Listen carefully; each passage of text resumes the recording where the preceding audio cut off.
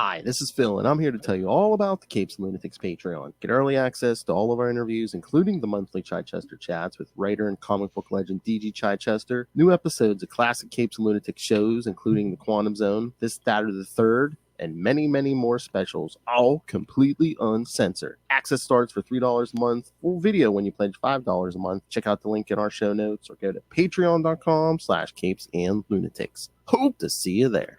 Kneel before doom.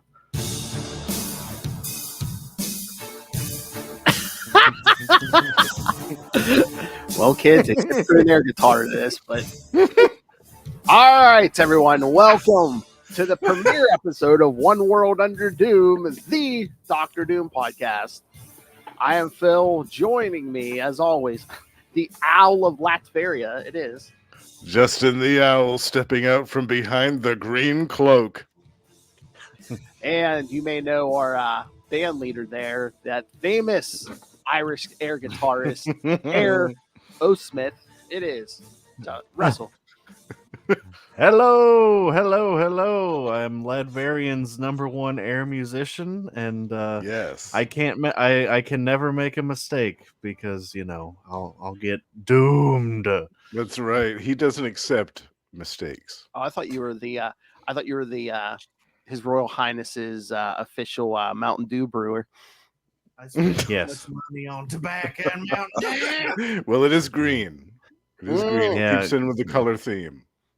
Doom is a man of culture, It's the royal beverage of Latveria, yes.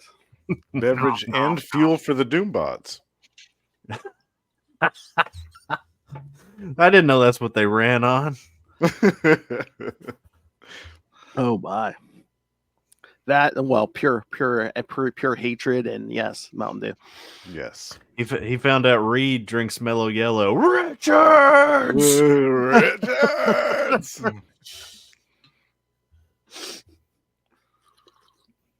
All right. So yes. So we again, this will take the place most times of your Energon universe, but yes, every month we'll come to you with a new tale of the world's most famous college dropouts, Victor Von Doom. So this time, to kick us off, I believe me and Russell were just talking. I believe this was a Russell pick. Iron Man 149 and 150, and then 249 and 250. Kind of like bookend stories here. The original and the sequel. Mm-hmm. Yes. So, was this one? Is this a favorite story of yours, Russell, or just? Oh yeah, I always love the stories from when I first read it, and it was the cover that jumped out at me, especially 150's cover of those two just like about to come to blows and throwing down. Yeah, and I just thought it was interesting that Doom and Iron Man would face off. Of course, now with recent announcements, it's a little bit more complicated. But back then, I was just like, hey, these two, they're pretty similar in a lot of ways. Yeah. I mean, there's even like at least a what if story or two where they kind of swap places. So we should cover one of those someday. Yes, that, and then what is that? Is it Irredeemable? There's some Iron Man series where infamous Iron Man. Yeah, where that one, yeah. When Doom basically takes Iron Man's place. Yeah, I can do it better than you. His face gets fixed for 2 seconds, so he's like, "Oh, I'm a good guy now." But then, and that was post Secret Wars, so he was trying to redeem himself, and but then the minute he gets the tiniest scar on his face, he's evil again. So it's like, what hack would write that story? That was all. It was the Fantastic Four didn't exist at that time, so he had no reason to be upset. He was just like, I'm good. I'm a good guy. Oh yeah, he was mellow. He thought Reed was dead or something. Again. Yeah. Again. This time for sure. The final Secret Wars or whatever. Yeah. Killed by Disney that time. Yeah. That's right. Yeah, them and the X-Men. Jeez. All right. Yeah. Hold on. I was just killing time. I'm gonna get these covers here so we can show these covers. Oh yeah, these wonderful covers. Like Russell was saying, yeah, these are good covers. Yeah. All right. Let's pull them out here. I think these were included in that wonderful omnibus that I think you have it, Russell, the Book of Doom, that has like it's kind of like all of Doom's greatest hits. This is in there, isn't it? Both of these stories. I'm pretty sure it is. I don't know if the sequel is, but I'm pretty sure the first one is. Mm-hmm. I've got to get I actually that book don't. one of these days. I actually don't have that omnibus anymore. I gave it to a friend. So Oh, you did? Oh, okay. Yeah, that looks like a good one. Friends don't let friends keep omnibuses. That's right. All right. I finally got those covers. Ready to dive in? Ready. All right. One-way trip to Latveria. One way to Latveria. That didn't work out. Again, he's the band leader. Come on. All right. We got starting off here Iron Man, Invincible Iron Man 149. Doomquest. Man, there's eye drops for that. Yeah. He's Doom's got eyes those are going on permanently the- bloodshot. Yeah. The whole time. It's just like, that man. happened along with the facial scarring. Like it was permanent. Permanent itchy eye. Yeah. Well, Latveria does not believe in eye wash stations. That's just or Visine drops. Like there's actually a name for that condition where your eyes like your eyes don't produce enough tears or something. I can't remember what it's called, but he has a scarred Doom face. has no need for tears. Yes. Doom has not cried since his mother was stolen by Mephisto. Do not mock my permanent pink eye. Yeah, that's why he's so mad. He's got permanent pink eye. Make anybody grumpy. All right. Iron Man 149 from August 1981. Doomquest. Writers David Michelinie and Bob Layton. Penciler John Romita Jr., inker Bob Layton, colors Bob Sharon, letterer Joe Rosen, and editor Jim Salicrup. Iron Man saves a Stark International cargo ship from a band of terrorists, then instructs it to turn around and head home without delivering its cargo. Later, Tony holds a meeting with the heads of Stark International's plant chiefs and confronts Zorro about selling electronics to Latveria. Tony fires Zorro. Centuries in the past, Dr. Doom visits Cagliostro to increase his mystical knowledge, then uses his time machine to return to the present.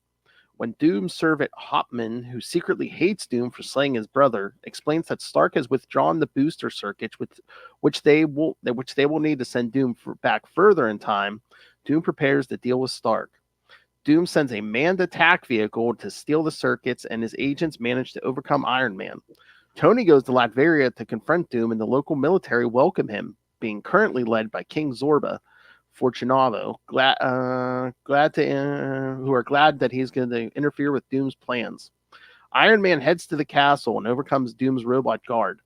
Iron Man reaches Dr. Doom and battles him, but when they accidentally pause in the time machine platform, Hopman activates the device and sends them to the past and smashes the machine, stranding them there.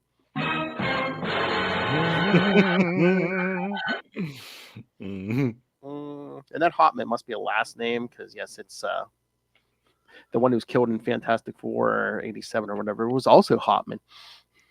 Yeah, was that the dude that he killed with like the piano that, or the whatever it was that had the sonic tones of death on it or whatever? Oh, is that when he's singing there going, "Oh baby, you"? That one? Yeah. Yeah. Yes, that. Yeah. Oh, okay. Yes. Gustav. It was Gustav Hopman who was killed in that issue, but this one is Gert Hopman. Oh. Okay. Gert. Make Gert squirt. Oh my! Oh god! And then what did Doom? I'm just reading the notes here. What did Doom do after he killed the first Hopman? He returned to his embassy in Latveria, where he attempted to enlist the Submariner in his latest scheme after providing him asylum from the law. In Submariner 20. The whole world will taste thy biscuit. They shall taste the butter sauce. Speaking of people who would give Namor asylum, my favorite. That's right. Doom's no fool. He knows where the true power lies in the Marvel universe. I'm a sucker for a guy with a powerful rod and ankle wings. The hierarchy of the biscuit verse is about to change forever. The biscuit verse. All right, so yeah, what do we think of this first issue? This was a great one. Nice little setup for what happened next. Oh yeah. I love the part where Tony fired that dude. It's like, yeah, give him the boots, Tony. Yeah, kick his ass out the door. I love he's like, yeah, Doom's not even in power at the moment, but you don't send any of this stuff anywhere close to the borders of that country. Yeah, because that maniac will pick it up. Yeah, well, even Zorba isn't. They say that he's peaceful and all this other stuff, but it's revealed later that he's a crackpot, right? Yeah, I guess. I guess it's like American politics. He's the lesser of two evils. So. Right. So they know. Just don't do business with the company in any regard. With the country. Is this the same like guy that the Fantastic Four actually helped Doom take back Latveria, or is that a different? Wasn't he the same guy? Wasn't it the guy that helped get back in power in like the Fantastic Four? John Byrne story. Yeah. Mm-hmm. But I love this issue. It was set up, but like this is pure Doom. Like, yeah, totally. This encompasses everything that's great about this character into one issue. Yeah, definitely. And the ego, the weaponry, all of it. Yeah, and like it's just so good. And especially he like shows up and he's like, "Teach me your tricks, old one." And the guy's like, "Okay, here you go." Yeah. And then he shoots off in a teleporter, and the guy's like, "What the? If he can do that, what does he need my talents for?" Yeah, that was our unofficial Spawn crossover about 15 years before Spawn happened. Oh, right. Cogliostro. That was the same guy, wasn't it? Yeah. I love that when Hopman is like telling Doom, like, sir, there's been a bit of a problem. You see, Iron Man prevented. He what? I know, Doom's like, how dare you let that happen? It's like, what? Goes from 1 to 1,000 in 5 seconds. Yes. Yeah. JR, fantastic Doom artist. Yes. Yeah. Fantastic Iron Man artist too, but Doom especially. Yeah, I love his early stuff on Iron Man. It's so good. It's also so refreshing to read a pre-MCU Iron Man. Yes. When nobody knew who Tony Stark was Iron Man. Yeah. Yeah. And before they made him into a gold-plated dickhead. I mean, just look at that Hulk versus Thor, that Banner of War nonsense that happened a couple of years ago. That's a prime example of what I'm talking about. Yeah. I just can't handle the way that they've written Tony Stark these days. I can't do it. Yeah, I was just looking at these panels. I was like, 1981. If the Iron Man movie was in 1981, who would have played him? I was like, would have been like Tom Selleck or something. Michael Douglas. Yeah, totally. I love how much action we get in this too. Like you get to see Doom and Iron Man actually throw hands at the end. Yeah. And then that last panel, Hopman looks like what's that dude's name? The Red Ghost. Oh, right. Yeah. I love the Red Ghost. Yeah. And I thought he was going to start shooting out ape men there for a minute. Yeah. whoa. Yeah, because it looks like he goes around the bend after he smashes that machine. He's like, he's gone forever. Ha ha ha. I killed Victor Von Doom. That's what you think, pal. That's what you think. Yeah. You're underestimating Doom. Yeah. That's a fatal mistake. Yeah, you better make sure he's dead. Yeah. All right. So now, could you say now they're trapped in a world they never made? Oh, Mhm. Indeed, that is true. we're gonna. Russell, we were saying last night, you know how to summon an old Tate, right? Mm-hmm. You have a Republican say, it's like the candy man. You have a Republican say Noel Tate into a mirror 3 times. Oh my god. Then you just hear, die! Kill! And you're next, Chuck Nixon. Revenge! Revenge. I thought you were going to say you just needed to say Gerber 3 times in a mirror and he would appear. Oh, that would probably work too. Yeah. Mm-hmm. Either that or you just say, Those boobs scare me. all right. Should we get to the next one? Yeah. Yeah. All right. The big kahuna. Yeah, because another good. Yeah, this one is a contender for best cover. Mm-hmm. Yeah, look at that. It's so good. All right. So Iron Man number 150 from September 1981. Nightmare with a K. Mm-hmm.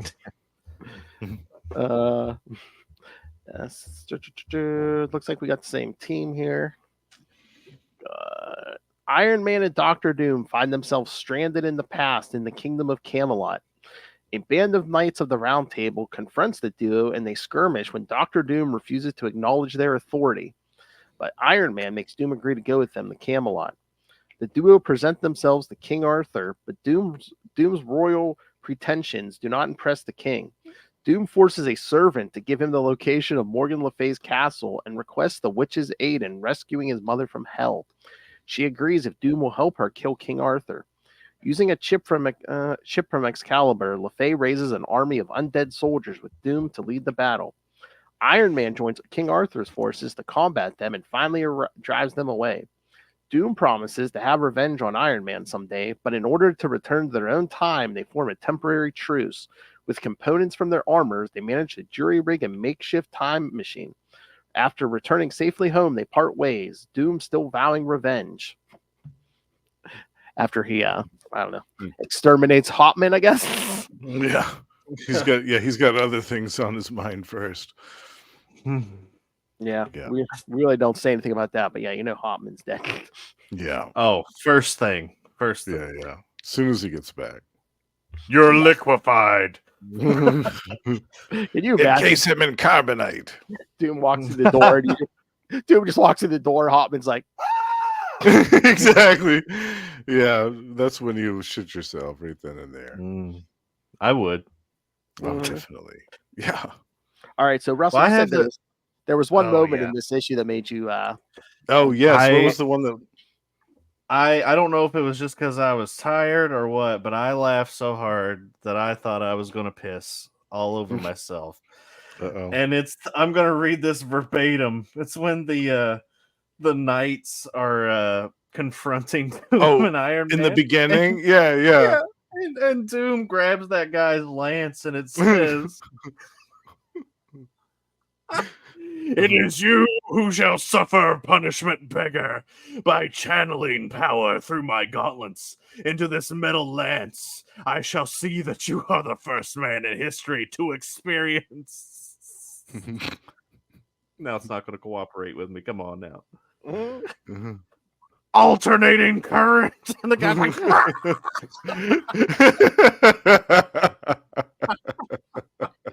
And Iron Man's immediately like, "Stop it!" Yeah.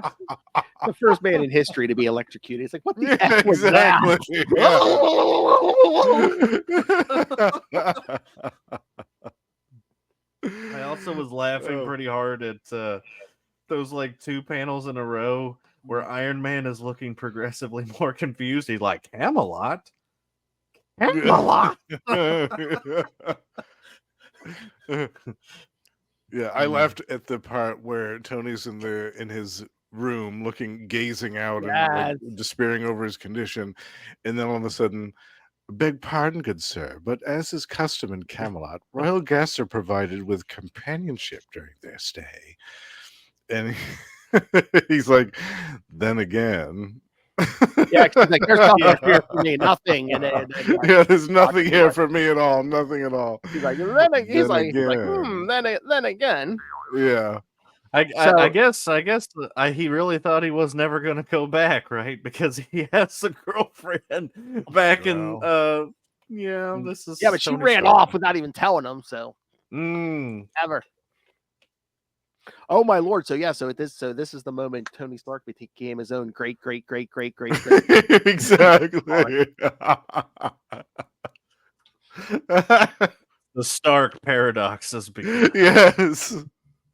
But then I love Doom's like take on that same situation. He's like, "Why, yes, you can be of use to me. Look into my eyes." Yeah. I was like, what horrible thing is he gonna do to her? Yeah, because he hypnotized her to get the information about Morgan Le Fay. Yeah. And leaves her a vegetable for like ever. Yeah. He couldn't even just like snap his fingers or anything. Take 2 seconds to break her from that trance. I know, because he's like, Pity, I don't have time to restore your mind. It's like, why not? Yeah. It took you 2 seconds to hypnotize. Exactly. Yeah. He's got excellent. You've indeed been of service, young woman. It's a pity I've not the time to restore your mental cohesion before I leave. He just blasts a hole through the wall. Yeah. Oh man, flies off. Good. Yeah, it's so funny. And then I love the part where he's charging ahead and leading this massive army of horse-bound skeleton warriors. Yeah. And then there's that glorious 2-page spread where there's these 2 armies clashing and battling each other with Dr. Doom and Iron Man duking it out overhead. That one, yes. It is gorgeous. Yeah. I love that artwork so much. Yeah. It's so great. I also love that Doom is actually somewhat smitten by Morgana Le Fay. Yeah.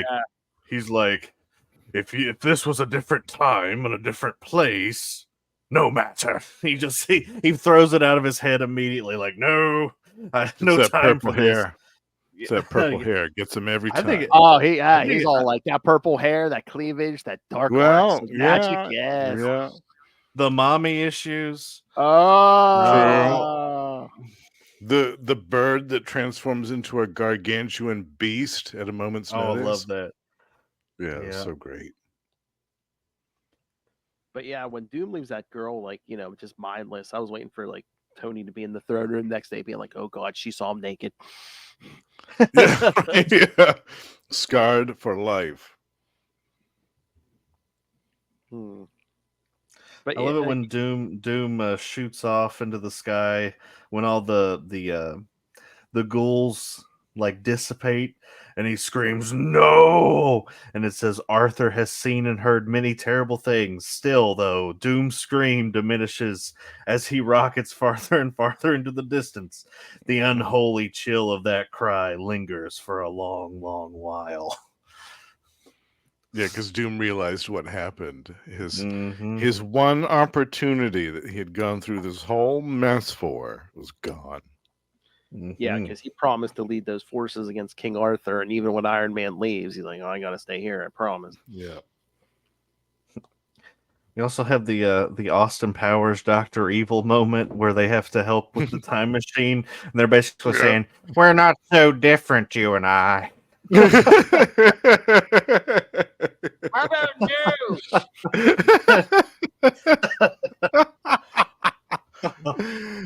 you? Mrs. Hoffman.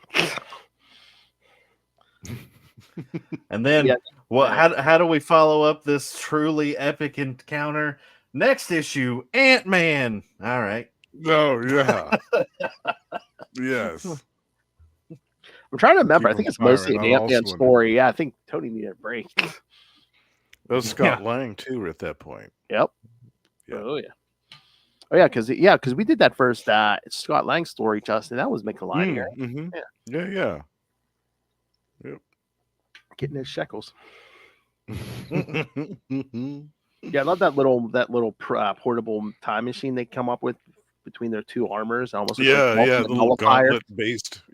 gauntlet-based time machine.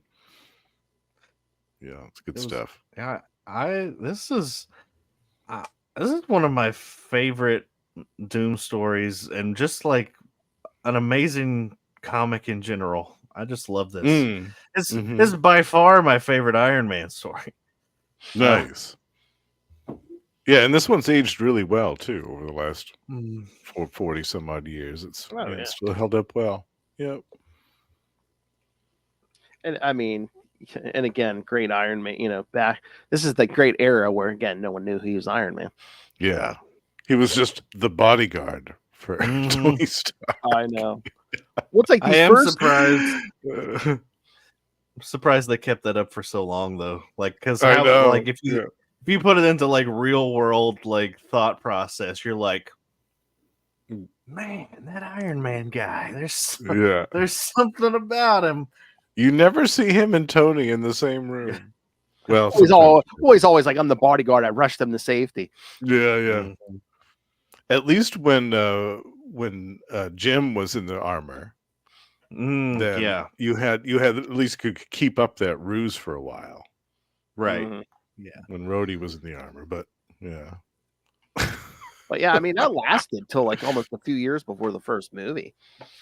Yeah, lasted into the 2000s. Yeah.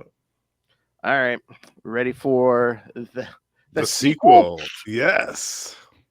Yeah, I have a lot to say about this one. Oh, nice. Yeah. Was this your first time reading this one, Russell? The sequel? I feel like it is. I owned it, but I don't think I ever read it. Oh, okay, nice. Yeah. There's look at that. Yeah. Yeah. Bob Layton greatness. Right.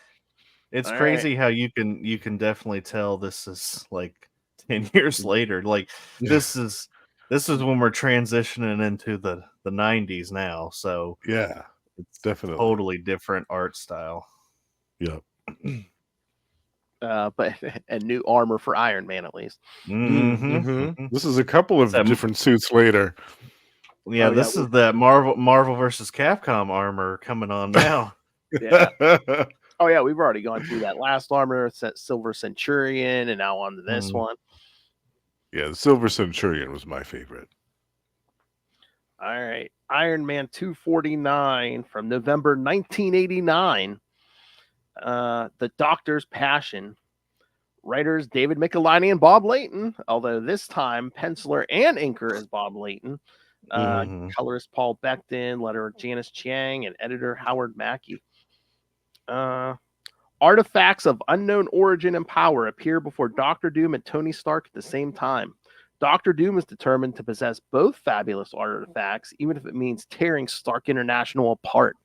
Although it should say Stark Enterprises, but okay. All right, so what do we think? I love Doom in his evening of music. Oh yeah, a casual evening of symphony at home. The conductor, did we go? Please, you, my lord. Yeah. He is sweating his ass off. Oh yeah. Yes, and then that thing appears. Yeah. Yep.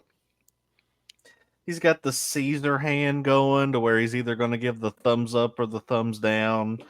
Yeah. But he's interrupted by the artifact. It's so good.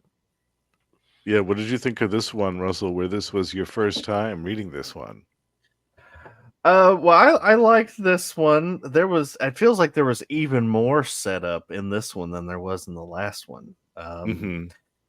And like at first, and of course, I don't know what I don't think there even really were solicits back in these days.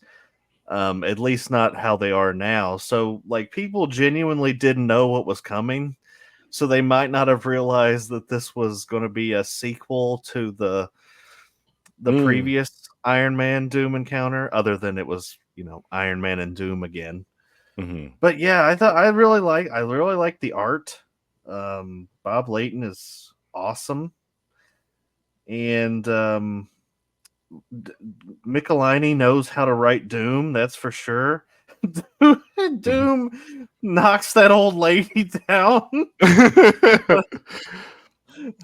she like, hello, I am Doom. Thump. Oh, I Instantly. thought she fainted. Did she? Yeah, she did. Yeah. Okay. She did. Yeah, she's just looking up at this I- 8-foot tall Doom in front of her.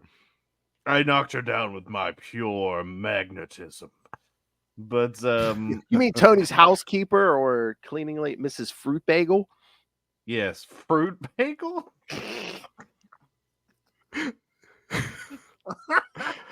Oh, comic books. Yeah. But yeah, I really liked it. I liked the setup. I don't think I liked it as well as, the setup for the previous one, because that one felt more natural. Like it was a international incident. Iron Man stopped these weapons from going to Latveria. Where this is like a magical object shows up and conveniently goes to Iron Man and Doom. Ooh. Yes. It's definitely more contrived. Yeah. Yeah, and we're coming off a lot of different storylines here where, Tony can walk again after being paralyzed. And then he talks about buying this mall after the battle with AIM and Hydra, which a certain friend of ours showed up in that story, Mr. Joe Fixit. Oh, yeah, that's right. Yeah. We know that guy. We know him pretty well. Hell yeah. Yeah. How about blowing up that meteor and turning it into popcorn? Yeah. That was good. Personally, I loved the interaction between Doom and Tony Stark, and Doom's barging his way into Tony's place, and he goes, "Oh, a Renoir, I have 3 myself, but I had 4, but I ordered 1 burned." And Tony says, "What? You had a priceless work of art destroyed? In heaven's name, why?" And Doom just says, "It displeased me."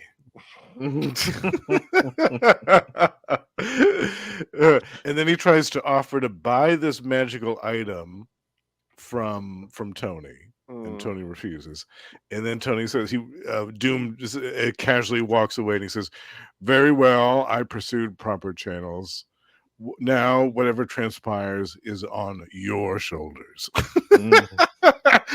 Which is totally Doom. It's like, yes, I'm going to give you this up. I'm going to get my way one way or the other. We can do it the easy way or the difficult way. We'll try the easy way first, just because I'm a man of honor and I have a sense of ethics and morals. I'm not just going to burst in and steal it right off. I'm going to give you the chance to do the right thing first. And then if you don't, then I'm just going to go in and take it. This Michelini he understands Doom. He understands does, him. Yeah. Because totally. like we didn't talk about it, but like the end of the last story where Iron Man's like, "Why should I trust you?" And Doom is like, "Cause I'm a man. Cause I give you my word." And like, yeah, and that's one of hesitate. Yeah, that's one of Doom's like most notable traits is that yes, he is a villain. He is a bad guy. But he's honorable. Like he's not going to lie to you. Yeah, no, he doesn't lie. Yes. Yeah, he doesn't lie. He doesn't backstab. He's not going to. Yeah. He has no need to lie. Oh my God, there's a Michelini story from Spider-Man where Doom's in it. Oh God, we got to cover that one day. That is. That's 350. Yeah, Spider-Man gets the tar kicked out of him by Doom. Yeah, I'll never forget that one. There was one part where he blows up part of this building that both of them are in, and then the next panel you see Spider-Man, his costume's all torn up, Like you can see like part of his face. One of his spider lenses is cracked and stuff. There's all kinds of flaming debris all over the place. And you see Doom just casually striding through all the debris, totally unsinged, like not even a scratch on him from any of this. Oh, hey, Russell, It's amazing. You got a message from customer support here? Oh, lovely. What the hell? What in the hell is happening? Wow, someone went some time and effort there. Jeez. Oh my god. Who did that? That's a good one. Holy Wow. crap. Oh, man. That's good. Thanks, Mom. Oh, hello, Noel. See? Noel's on. So a Republican must have said Noel Tain no mirror 3 times. All right. Missing one beautiful.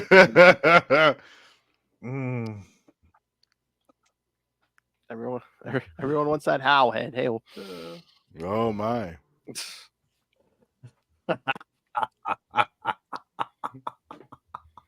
Oh my God. But yeah, I love the whole thing with this. I'm in awe. I'm in shock. I know. I can't believe what's just transpired. Oh, here. it's just because somebody made a customer support on Facebook. I don't know. Wherever you are, bravo. Yes, well done.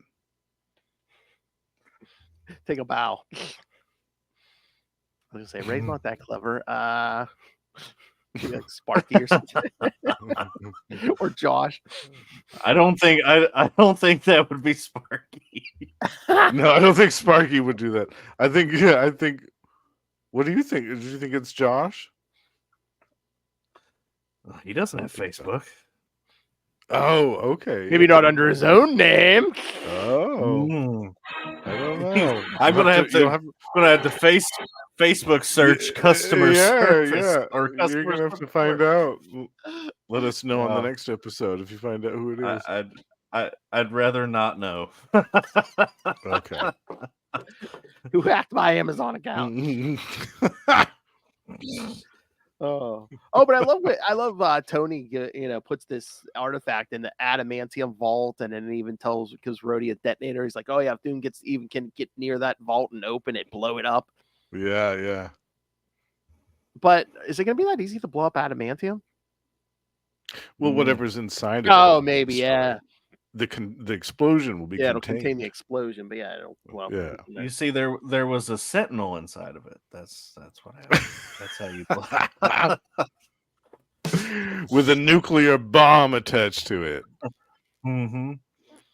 And then I love this, like Rhodey carrying around a chain gun. Yeah, chain gun. Yeah. And then Doom comes through the elevator door. You cannot win. He's like, I know I can't. And the thing just floats through the case and into Doom's grasp, and he goes, "It is destiny," and just walks away with it. Yeah, but then he puts them together, and nothing happens, but then this big black cloud kind of like pops out, and it gets bigger as Iron Man shows up, and then they both get engulfed and disappear. Yeah, not to besmirch Doom's handiwork with these robots that he's using to keep Iron Man busy in the meantime while he does all of this, but a couple of panels later, Rhodey shows up, and just with his chain gun, he's able to completely shred one of these robots. And I thought, man, if these robots can't stand up to a chain gun, yikes. Wow. Yeah. Doom's skimping on his product here. The actual Doom bots, I guess, are on back order. Yeah. Doom can't get anything from Amazon because Russell's too busy ordering sex toys.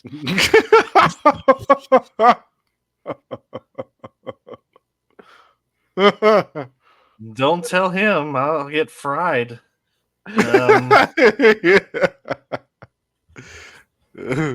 Doom who is ordering pocket vaginas through the Ladverian business account?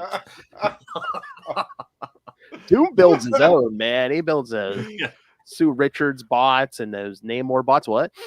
Namor bots. Oh my. Talk about a supervillain team up. It's like, I'll take 3.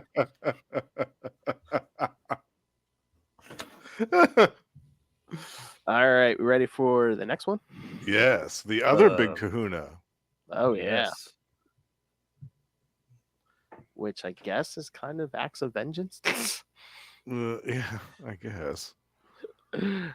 As like Doom was part of acts of, I don't know. I don't know. I think they jumped the gun on that. Yeah, I think you're right. Yeah. Yeah. All right, Iron Man number 250 from December 1989. Recurring Nightmare, also with a K. Same team as 249.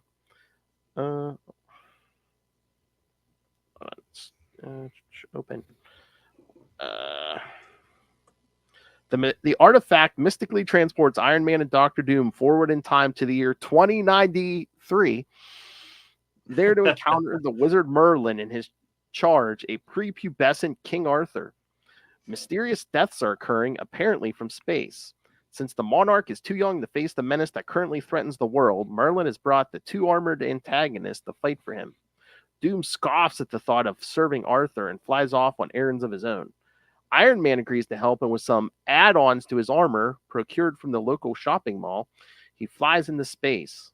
He discovers a space station complete with neutron cannon and guarded by Andros Stark, the latest iteration of Iron Man.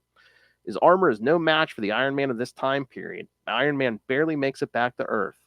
Meanwhile, Doctor Doom manages to build himself a time platform to return to his time, along with some future tech to make conquering his home time period easier. He discovers, however, that Merlin's spell prevents him from returning until the mission is completed. The Iron Man of 2093 goes to see his partner, the Victor Von Doom of this era, reduced to a head and a few organs in a mechanical parody of his classic armor. Doom knows that the old Iron Man and very likely his past self have been brought forward in time. Furious, Doctor Doom rejoins Iron Man, Merlin, and Arthur for a trip to the mystical lake, paved over until Merlin's magics undo the urban renovation, where the lady offers the sword Excalibur to Iron Man. The sword mystically restores Iron Man's battered armor, enabling him to go back into orbit.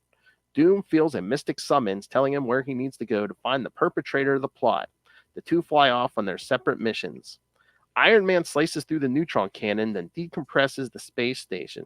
Andros' counterattack is met by Excalibur, which Iron Man uses to deflect the blast and disable the future Iron Man's propulsion jets. Doctor Doom encounters his future self. They discuss the scientific and moral implications of their situation.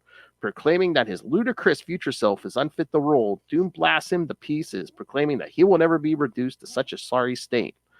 Merlin sends the 2 back to their own era, thankfully with no memory of this event. A good thing, as Doctor Doom had learned through historical records that Anthony Stark is Iron Man. Which, why, that was a shock for 2 whole seconds. Yeah. Yep. All right, thoughts? What are your thoughts, Russell? Where this was your first time reading this one? Yeah, hey guys, I'll be right back. Yeah, talk amongst yourselves. Okay. Yeah. Well, I liked that it was kind of a parody of the first one. Yeah. Like it was almost played for laughs. Like you know, we have the exact same for opening splash page, and almost the exact same dialogue between Doom and Iron Man, and they both do the thing where they're like, "Huh? Where are we?" It was like definitely a recurring nightmare. No, I thought it was awesome that they kind of took it in a different direction and just didn't do like the same thing over. Merlin was hilarious.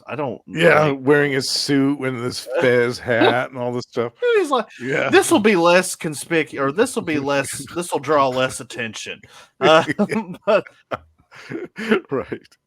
This was also my first time reading Andros Stark. Oh, okay. Yeah. I'd never been exposed. I mean, I've heard of him, but I've never read anything with him in it. Was that Iron Man 2020? Is that what I think is? so? Yeah. So he's It's either him old or at this point. Yeah. It's either him or there was an Arno Stark too. I can't remember if that was 2020. That might be him. He mentions that. He mentions Arno Stark was like his grandfather or something. So that would make maybe sense. yeah. That's also a good one. That's a great story too. Yeah. But what did you think of Andros? I thought he was awesome. It was like this evil Iron Man, and like if you didn't know he was evil, just look at his teeth. The serrated edges and spiky protrusions all over the place. Yeah. I was most interested by the Darth Vader Doctor Doom, like more machine than man, and he's kind of at the end of his rope, and Doom is like, I'll never be him, but then of course he loses his memory. So right. But we know that Doom is going to be still kicking it in 2099. Yes. So exactly. And there's a whole other story that we'll discover in that sphere of things. Yeah. Absolutely. Mm-hmm. Yeah, I liked really how this Dr. Doom was kind of feeble. And he was like, at the end, all he had prepared was that electromagnetic trap, which the other Doom was easily able to get out of. And he said, what else have you got prepared for me? And the future Doom was just said, that was it. That was all I had prepared, because I had thought that was going to be enough to deal with Stark. And I just thought, man, the Doom that I know would have had a million different contingencies. So this is like you said, this is a Doom like it's kind of the end of his rope. He's really got nothing left. He's running on fumes at this point. And he doesn't have any fight it's left. almost like he welcomes the oblivion that the other Doom visits upon him, because at this point he sees it as an act of mercy. Put me out of my misery. Right. And Doom blows him the fuck up. Yeah. Obliterates this man. Yeah. There's nothing left. Nothing left. Yeah. I thought it was such a huge moment when Doom figured out he was Tony Stark, and then it was instantly the next page. Yeah. So I didn't care for that. I didn't care for them losing their memories at the end. I always hate that trope anyway, but but I guess it needed to happen, because one, Doom can't know what he turns into, and he also can't know who Tony Stark is, because that would cause other problems. Yeah. But, I mean, it hasn't been a problem now. Everyone knows Tony Stark's Iron Man. Right. Yeah. It's almost like, what was the big deal about it in the first place? Why did they keep it secret for so long? Right. Yeah. It's like they did because everyone who knew who Peter Parker was for a little bit there, and then they were like, nope, we've got to undo that now. Yeah, that's not working. Yeah, exactly. Yeah, and I'm glad that they reversed that. That made sense. That made sense. Yeah, for sure. But I really enjoyed it. I almost read it as like a deconstruction of the first one, like a parody, like a self-parody, and a lighter version of the first one. Yeah, definitely. Like especially those first 2 pages of like 150 and 250. It's like, how time travel feels. And the second one's like, deja vu. It's basically the same thing. It's just the reversed perspectives. Yeah, I love it. So yeah, and great artwork throughout it. I mean, yeah. Bob Layton in the second story, just knocking it right out of the park in both issues. So good. Agreed. I was going to say, should we put it to a vote what we do next time? Because I don't think we didn't really select our picks, did we? No, because yeah, like we were saying that, like I said, for October, should we either do that Doctor Doom, Doctor Strange story, or should we do that Fantastic Four annual where he's battling, Fisto, and he grabs Franklin Richards to use his power and stuff? to fight Mephisto. Oh yeah, that annual was one that I had originally picked for Marvel Tales, right? Yeah. I say we do one of those for October. I like. Let's do the annual. Because nice, yeah. like Justin already had it picked anyway, so yeah, let's go with that. Yeah, that was. Have you read that one, Russell? I've never read it, so oh, nice. I think it's number 20. I think the annual. I think so. Yeah. Yeah, that one's Cool. great. You'll love that one. And I I'm think that excited. has one of the major developments involving Kristoff. Ooh. I should have mentioned this, but like the first Doctor Doom comic I ever owned was actually Kristoff. Oh, nice. Okay. It was that cover. This was when Shulky was in the Fantastic Four. Oh, yeah, And, yeah. Like the cover is like a giant Kristoff looking around a building at the Fantastic Four. That was like my 78 or something. Yeah, I think it's that one. Yeah. One. Yep, that was my first one. Oh, I love that. That's wonderful. Oh yeah, we're gonna have to do at least one episode on Kristoff. Be like, kid with Doctor Doom's brain. Yeah. He's technically like his first appearance is when he's a kid, and it's in one of my favorite Doom stories, which is the one I mentioned earlier, where the Fantastic Four help him take Ladveria back. Zorba, right? Yep. Yeah, I love that one. So good. Yeah, that's a great story. Burns Run, yeah. Yeah. Classic. That's the classic. He's on the cover and he says, "This land is mine. This land is mine." Yeah. So good. This land is my land. So many great Doom stories, we can talk about. Like you mentioned earlier, that Spider-Man one. I love the one where Amazing Spider-Man number 5, Dr. Doom. Is his first battles, but yeah. Ditko and yeah. Teenager. Yes. Teen-ager. Oh, yeah. Yes. Yeah, no, I just 350 just popped in my head because that was another Michelini. Yeah. Yeah. Yeah, I love it's like Black Fox steals the I think this sword belonged to Doom's mother. He's like, you guys got 24 hours to get it back, and don't you know, 24 hours on the dot, he shows up. Yes, on the second. Yeah. It's one of the great things about this show is that, like, not only has Doom been around for 60 plus years and he's had a lot of content, but there's a big variety. Like, he has literally he's fought everyone. Oh yeah. Like he's fought the Fantastic Four, Spider-Man, the Hulk, all the way down to Punisher and Moon Knight, X-Men, Avengers. Yep. Yeah. He's fought them all. Yep. Squirrel Girl. Oh my lord, we might have to do the Doctor Doom cupcake story. The what? The Doctor Doom cupcake story. Oh, the cupcake, yeah. The one with rage. Yes. Yeah. Yes. Yeah. Do you guys remember? Doom's familial affiliation in the Ultimate Universe? No. He was a descendant of Dracula. Oh, God. No. No, thank you.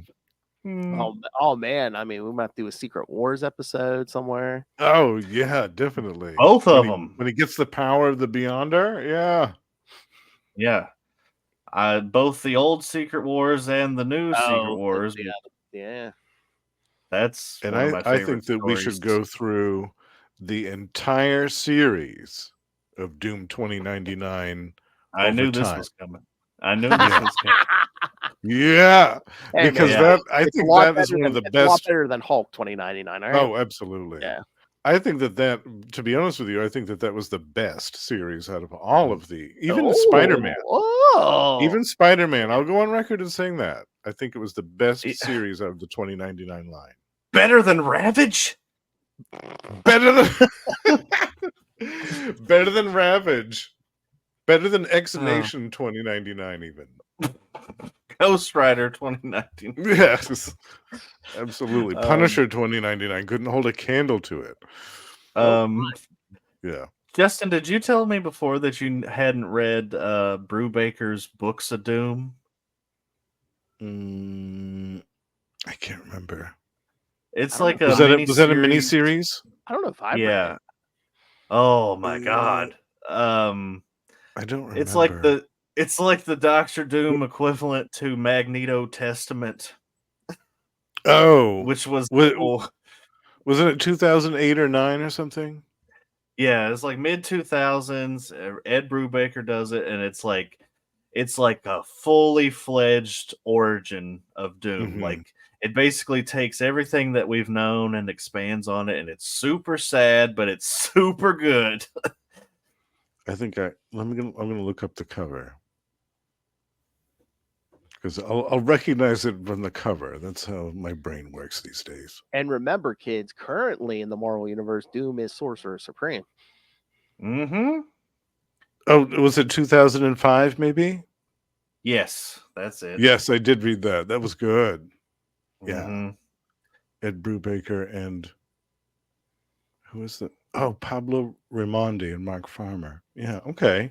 Yeah, I haven't read that since 2006 or 7. Was a little after it came out. Yeah. That'd be a good one to cover too. We could do the whole thing of that. Mm-hmm. There's so much potential here. There's so much. Yeah. Well, start making a list, boys. That's right. Yeah, we could each check it twice. We could each pick 3 stories, and we'd have a whole year worth, or 4 stories rather. 2025. They're already hyping it up as the year of Doom, right? So, we'll see. Well, I mean, in the comic book, I'm not talking about that thing that we're not going to talk about. The MCU. But I mean, he's already Sorcerer Supreme, and I think it kind of kicks off here soon once Zeb Wells is off of Amazing Spider-Man. Thank God. Once the Spider-Man starts, Doom's like involved in that somehow. So I really want to read that because it's Ed McGuinness art and Joe Kelly, and Spider-Man gets a cool like Doctor Doom costume, and it's just something new, and I love it. Yeah. And speaking of Zeb Wells, kids, stay tuned for Ultimate Spider-Cast 300, where Lilith and I literally throw a party to say goodbye to Zeb Wells. Lilith ordered a cake. I love it. I love it. Oh, Lord. And much rejoicing was had. Oh, yeah. It's like the end of Return of the Jedi. Everybody's dancing around. Yup, nub. Yup, nub, nub. Can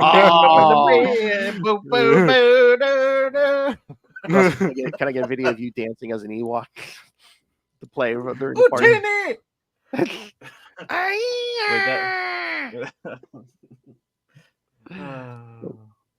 All right. Anything else? Why didn't we do it? Why didn't we do a show just covering the animated classic Ewoks from? Oh, yeah. And that's an important part of my childhood. That droids was a double feature on my Saturday mornings for a couple of years. And we could talk about Caravan of Courage and we could talk about it. I don't think we will.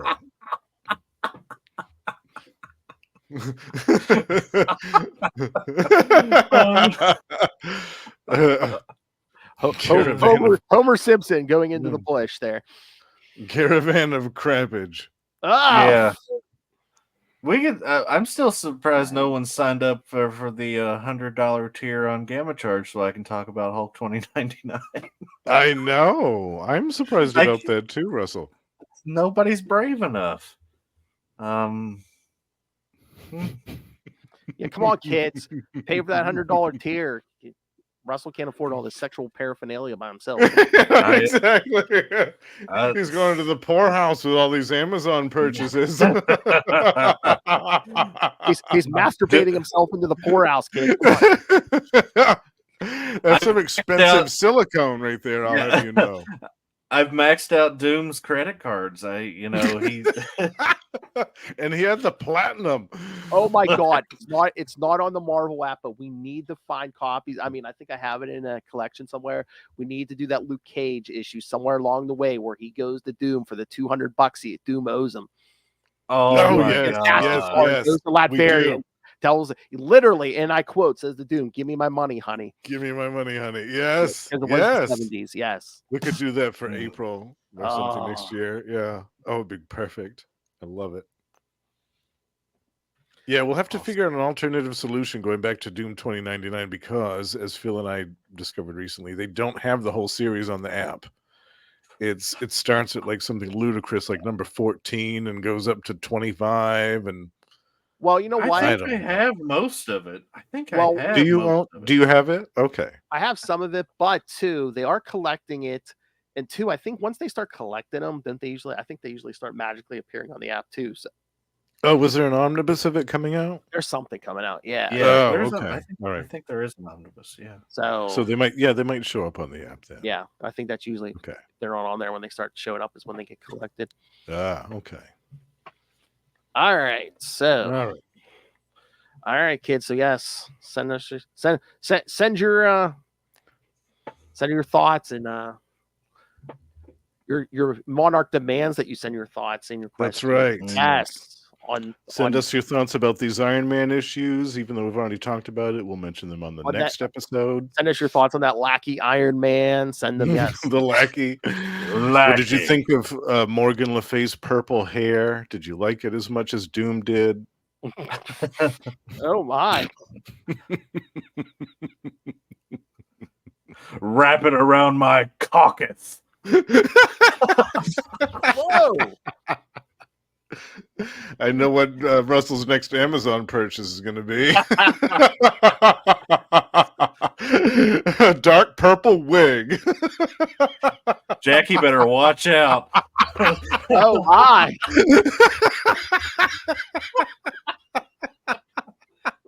I've been a bad Doom. Reminds me of that line from Mrs. Doubtfire where he was like, his idea of floor play was say, honey, brace yourself. Oh. All right. So yeah, send it all CapesandLunatics@gmail.com or call the voicemail 614-382-2737. That's 614-38-Capes. And you can find all things Capes and Lunatics episodes, social media, merchandise. Get your new Capes and Lunatics merch, your classic merch. Rain Ran, that other powerful figure, Lilith Hellfire, demands that you Rain Ran the money on us through the Cash App link. So make it rain. Don't make us dance. Don't make us dance on that pole in Latveria, because what happens in Latveria, well, ain't good. So actually, is that even allowed in Latveria? I would imagine that Doom would have outlawed stripping. You know what? Watch. The strippers are probably all butt ass naked, except they got to wear Doom masks or something. Looks like she was just working a super pole down at Divas. Kristoff, shield your eyes, boy. All right, kids, and of course, subscribe to our Patreon. The newest episode will be me and Lilith ranking the Alien franchise, the movies of the Alien franchise, which was one of my requests. I'm happy about that. Lilith says she's going to shock some people. So, ooh, oh boy, Resurrection number 1, baby.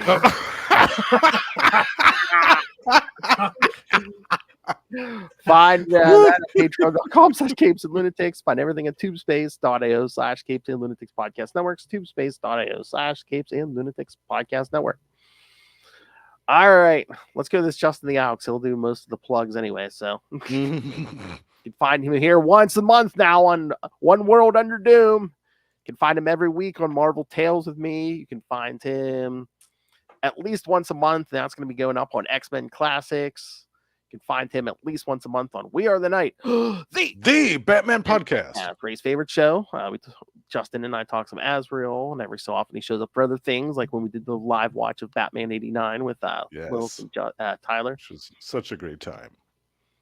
And of course, every so often you can catch him on Electric Mullet, but that is not all he does. You can also catch him with other individuals, like that one right next to me there. Yeah. All right. Yeah. So tell them about these shows, Justin. You can also find me and Russell over on Gamma Charge every month, back to 2 episodes a month. And we are now joined by our newest co-host, Josh. We also have a Patreon, so do check that out. Over on our Patreon for certain paying tier members, we are doing a retrospective on DC's version of the Hulk called Damage, and that's been super fun. It has. Over on Predator and Prey, we are joined by the High Priest of Khonshu, Ray, and Sparky, and we're talking about the newest Predator comics coming out from Marvel, as well as the classic ones that have been collected from Dark Horse Comics.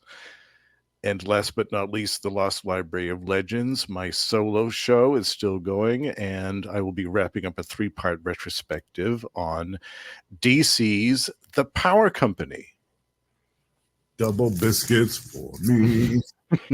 I'm going to eat this up with a fork and spoon.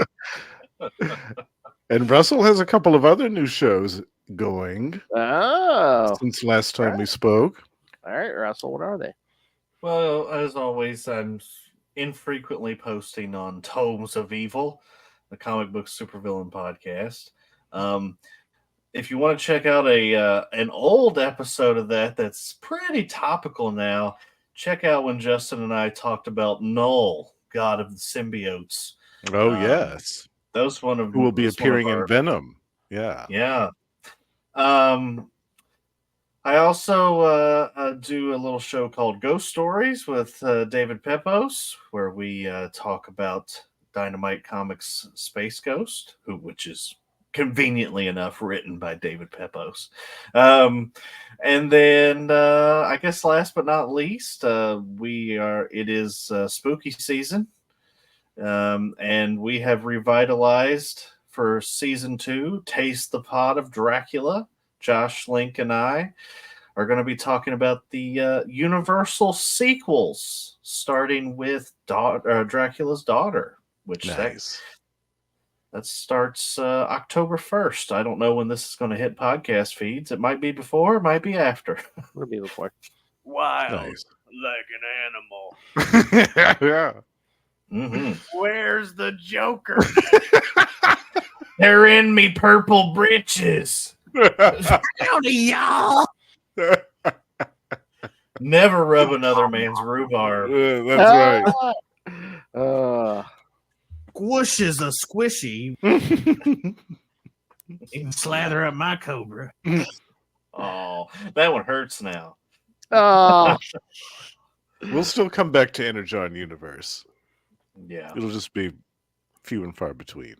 Man, how would Dr. Doom react to Cobra Commander? Those two would not get along.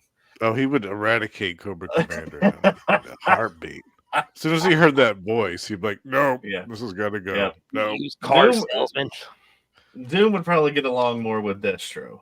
Oh, definitely. Yeah. Chrome domes unite. Exactly. Hi. Metal faces of the world stick together. All right, peasants, come back next month for your monarch, Dr. Doom. Boy, if that air guitaring was like a seizure,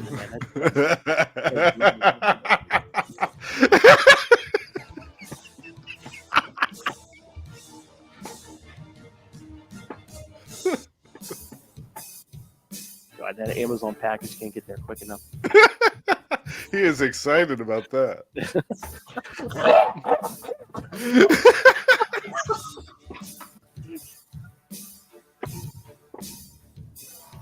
All right, I'm back for more Doom.